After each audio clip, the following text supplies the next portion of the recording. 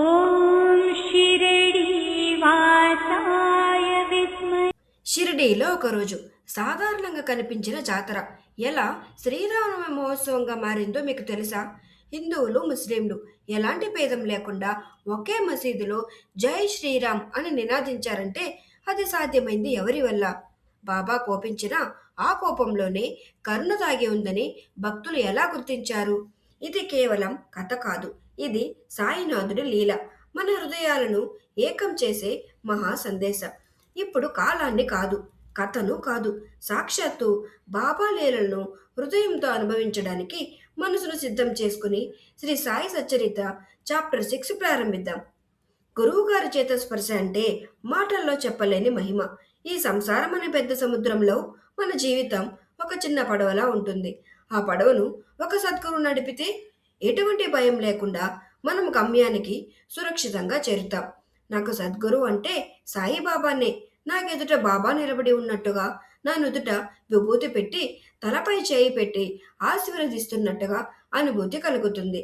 అప్పుడు నా మనసు ఆనందంతో నిండిపోతుంది. కళ్ళ నుంచి ఆనంద బాష్పాలు వస్తాయి. గురువుగారి హస్తస్పర్శ ప్రభావం అద్భుతమైనది. మన సూక్ష్మ శరీరం అంటే కోరికలు, భావాలు అన్నీ ఆ స్పర్శతో కాలిపోయినట్టు అవుతాయి. గురువు చేయి తగిలితే జన్మ జన్మల పాపాలు కరిగిపోతాయి. భగవంతుడిపై నమ్మకం లేని వాళ్ళకైనా ఆ క్షణంలో శాంతి కలుగుతుంది.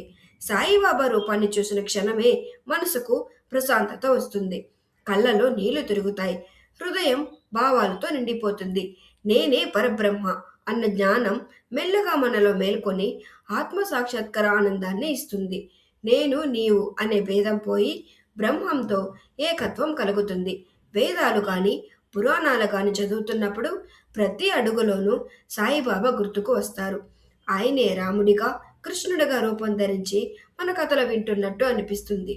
నేను భాగవతం చదువుతున్నప్పుడు సాయిబాబా తల నుంచి పాదాల వరకు కృష్ణుడిలా కనిపిస్తారు. భాగవతం ఉద్ధవ గీత పాడుతున్నట్టు అనుభూతి కలుగుతుంది. ఎవరితో మాట్లాడినా సాయిబాబా కథలే ఉదాహరణలుగా నోటి నుంచి వస్తుంటాయి. నేను ఏ పని చేయాలన్నా బాబా అనుగ్రహం లేకుండా ఒక్క మాట కూడా బయటకు రాదు. ఆయన ఆశీర్వాదం లభిస్తే మాత్రం ఎలాంటి అడ్డంకులు లేకుండా పని పూర్తవుతుంది. భక్తిలో అహంకారం పెరిగితే బాబానే దాన్ని తగ్గిస్తారు. మన కోరికలు తన శక్తితో నెరవేర్చి మళ్ళీ మనపై కరుణ చూపిస్తారు. సాయిబాబా పాదాల దగ్గర సంపూర్ణంగా శరణాగతి చేసిన వారికి ధర్మం, అర్థం, కామం, మోక్షం అన్నీ సిద్ధిస్తాయి. భగవంతుడిని చేరడానికి కర్మ, జ్ఞానం, యోగం, భక్తి అనే 4 మార్గాలు ఉంటాయి. వాటిలో భక్తి మార్గమే చాలా కష్టమైనది. ఆ మార్గంలో చాలా అడ్డంకులు ఉంటాయి. కానీ సద్గురువు సహాయం ఉంటే ఆ అడ్డంకులు తప్పించుకొని సులభంగా గమ్యానికి చేరవచ్చు. ఇదంతా నిజమని గట్టిగా నమ్మమని సాయిబాబానే చెప్పారు. పరమాత్మ అయిన బ్రహ్మ గురించి, ఆయన శక్తి అయిన మాయ గురించి, ఈ సృష్టి ఎలా ఏర్పడిందో లోతుగా ఆలోచించిన తర్వాత ఈ 3 వేరు వేరు కాదని, అన్నీ ఒకటేనని మనకు రచయిత చెప్పారు. అలాంటి బ్రహ్మజ్ఞానంతో బాబా తన భక్తుల శ్రేయస్సు కోసం కొన్ని అభయ వాక్యాలు చెప్పారు. అవి ఇలా ఉంటాయి: నా భక్తుడు ఇంట్లో అవసరమైన వాటికి ఎప్పటికీ లోటు ఉండదు. నాపై మనసు పెట్టి భక్తి శ్రద్ధలతో నన్ను పూజించే వాళ్ళ యోగక్షేమాలు నేను చూసుకుంటాను. ఇదే మాట భగవద్గీతలో శ్రీకృష్ణుడు కూడా చెప్పారు. కాబట్టి ధనం, ఆస్తుల కోసం అతి ప్రయత్నాలు చేయొద్దు. నిజంగా అవసరమైతే దేవుణ్ణే కోరుకో. ఈ లోకంలో పేరు ప్రదీక్షల కోసం పరుగులు తీయడం మానేసి భగవంతుడి కరుణ పొందడమే లక్ష్యంగా పెట్టుకో. లోక గౌరవం వస్తుందన్న భ్రమను వదిలే. మనసులో మనకు ఇష్టమైన దేవుని రూపాన్ని నిలుపుకో. మనసును పూర్తిగా భగవంతుడు ఆరాధనకి అంకితం చేయి. ఇతర విషయాల వైపు మనసును పోనివ్వకు. ఎప్పుడు నన్నే గుర్తుపెట్టుకునేలా మనసును అలవాటు చేసుకో. అలా చేస్తే మనసు ప్రశాంతంగా ఉంటుంది. ఏ చిరాకు, ఏ ఆందోళన ఉండదు. అప్పుడే మనసు సరైన స్థితిలో ఉందని అర్థం చేసుకోవాలి. మనసు ఎప్పుడు అటు ఇటు తిరుగుతుంటే దానికి ఏకాగ్రత లేదని తెలుసుకోవాలి. బాబా మాటలు చెప్పిన తర్వాత రచయిత షిరిడీలో జరిగే శ్రీరామనవమి ఉత్సవం గురించి వివరించడం మొదలుపెట్టారు. షిరిడీలో జరిగే అన్ని ఉత్సవాల్లోకి శ్రీరామనవమి ఉత్సవమే చాలా గొప్పది. అందుకే సాయి లీల పత్రికల్లో ఈ ఉత్సవాన్ని చాలా విపులంగా వర్ణించారు. వాటి సంగ్రహమే ఇక్కడ చెప్పబడుతుంది. గోపాలరావు అనే వ్యక్తి పోలీస్ సర్కిల్ ఇన్స్పెక్టర్గా పనిచేసేవారు. అతడు బాబాకు గొప్ప భక్తుడు. అతనికి ముగ్గురు భార్యలు ఉన్నా సంతానం లేదు. కానీ సాయిబాబా ఆశీర్వాదంతో అతనికి ఒక కొడుకు పుట్టాడు. ఆ ఆనందంతో షిరిడీలో ఒక గొప్ప ఉత్సవం చేయాలని అతడు 1897లో అనుకున్నాడు. ఈ విషయం గురించి తాత్యా పాటీలు, దాదా కోతే పాటీలు, మాధవరావు దేశపాండేల వంటి భక్తులతో మాట్లాడారు. అందరూ దీనికి సమ్మతించారు. బాబా ఆశీర్వాదం, అనుమతి కూడా పొందారు. జిల్లా కలెక్టర్ అనుమతి కోసం దరఖాస్తు పెట్టారు. మొదట గ్రామకర్ణం అభ్యంతరం చెప్పడంతో అనుమతి రాలేదు. కానీ బాబా ఆశీర్వాదం ఉండడంతో రెండోసారి ప్రయత్నించగా వెంటనే అనుమతి లభించింది. అందరూ కలిసి శ్రీరామనవమి రోజునే ఉత్సవం చేయాలని నిర్ణయించారు. ఇందులో బాబా ఇంకొక గొప్ప ఉద్దేశం కూడా ఉందని తెలుస్తుంది.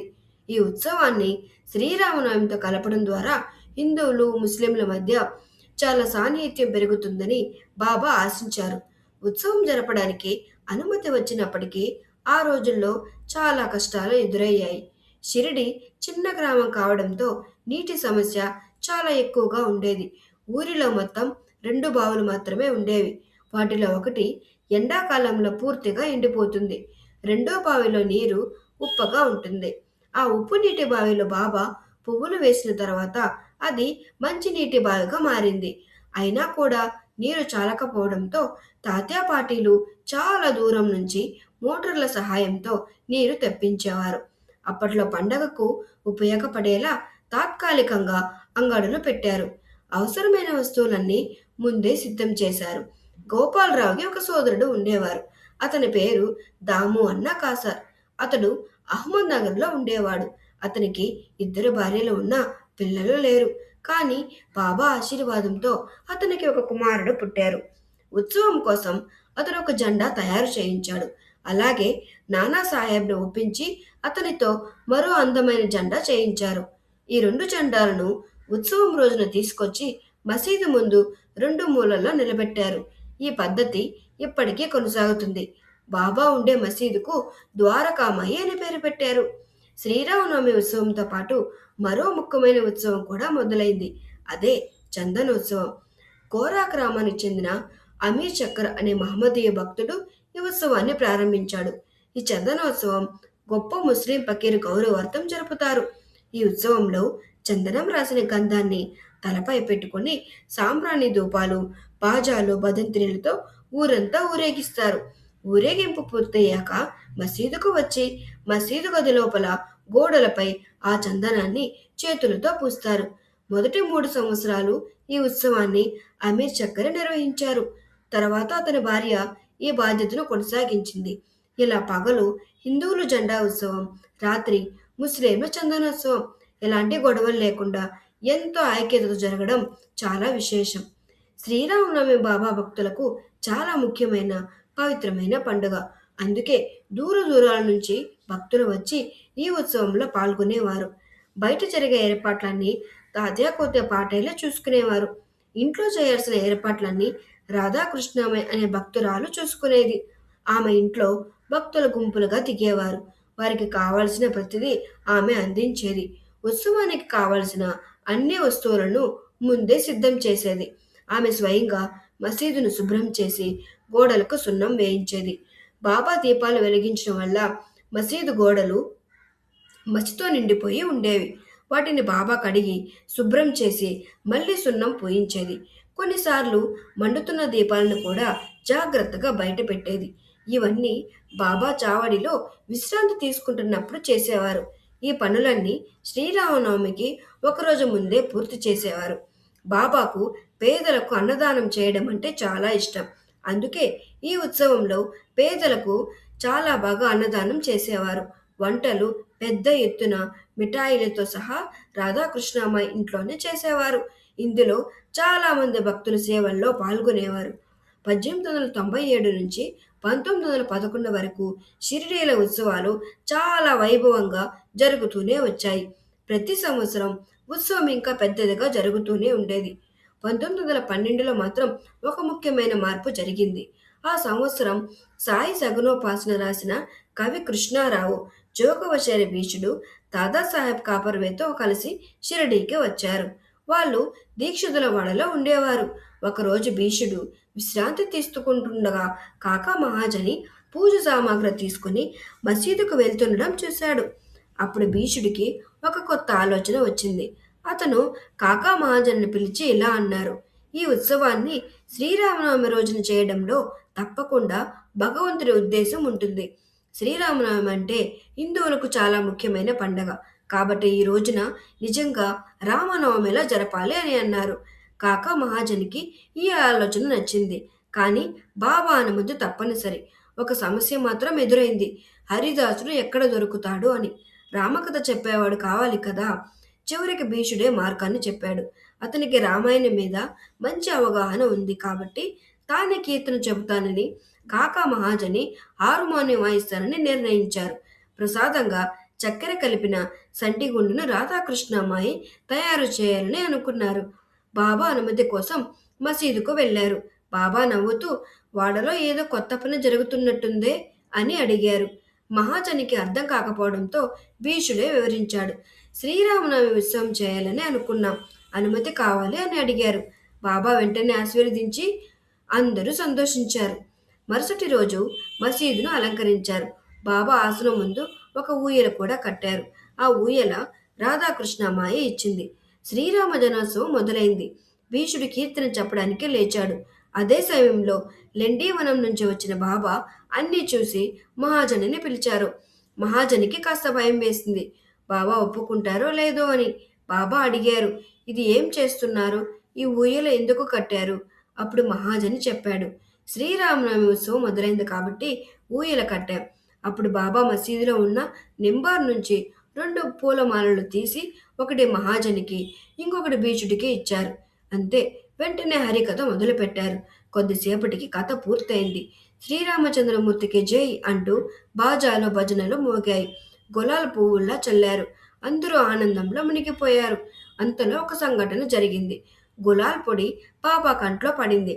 బాబా ఒక్కసారిగా కోపంగా మారిపోయారు. గట్టిగా అరవడం మొదలుపెట్టారు. జనాలంతా భయపడి పారిపోయారు. కానీ నిజమైన భక్తులు మాత్రం కదలలేదు. వాళ్ళు అనుకున్నారు, రాముడు రావణుడి అహంకారాన్ని నశింపు చేయడానికి ఎలా కోపించాడో అలాగే బాబా కూడా కోపించాల్సిందే అని అనుకున్నారు. షిరిడీలో ఏ కొత్త పని మొదలైనా బాబా ముందుగా కోపించేవారని అందరికీ తెలుసు. అందుకే అందరూ మౌనంగా ఉన్నారు. బాబా ఊయల పారేస్తారేమో అన్న భయంతో రాధాకృష్ణమాయి మహాజనిని పిలిచి ఊయల తీసేయమంది. మహాజని ఊయల విప్పుతుండగా బాబా వచ్చి, ఇప్పుడు ఊయల తీసేయొద్దు. రేపు శ్రీకృష్ణ జన్మాష్టమి రోజున జరిగే కాలాహండల ఉత్సవం అయ్యాక తీసేయండి అని చెప్పారు. అన్నీ పూర్తవగానే బాబా ఊయలు తీయడానికి అనుమతి ఇచ్చారు. అప్పటి నుంచి పగలు జెండా ఉత్సవం, రాత్రి చందనోత్సవం చాలా ఘనంగా జరగడం మొదలైంది. అలా జాతర కాస్త శ్రీరామనవమి ఉత్సవంగా మారిపోయింది. ఉత్సవం రోజు రోజుకి పెద్దదవుతూ చైత్రశుద్ధ అష్టమి నుంచి ద్వాదశి వరకు షిరిడి జనంతో కిటకిటలాడేది. అంగడులు పెరిగాయి. అనేక మంది సేవలో పాల్గొనేవారు. పేదలకు విస్తారంగా అన్నదానం జరిగేది. రాధాకృష్ణమయ కృషితో శ్రీ సాయి సంస్థానం ఏర్పడింది. అలంకరణలు, ఊరేగింపులు, రథాలు, వెండి పాత్రలు, వంట సామాన్లు, ఏనుగులు కూడా వచ్చాయి. ఇంత వైభవంగా ఉన్న బాబా మాత్రం వీటిని ఎప్పటికీ విలువ ఇవ్వలేదు.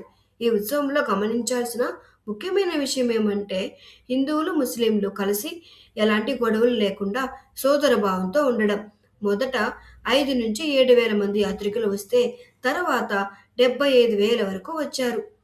బాబా అన్ని యోగాలు తెలుసు. హిందువుల పండగ జరిపారు. ముస్లింల ఉత్సవాలకు అనుమతి ఇచ్చారు. రామనవమి, గోకులాష్టమి, ఈద్, మొహరం అన్నీ ఒకే మసీదులో జరిగాయి. అందుకే ఎవరు బాబాను హిందువా ముస్లిమా అని తేల్చుకోలేకపోయేవారు.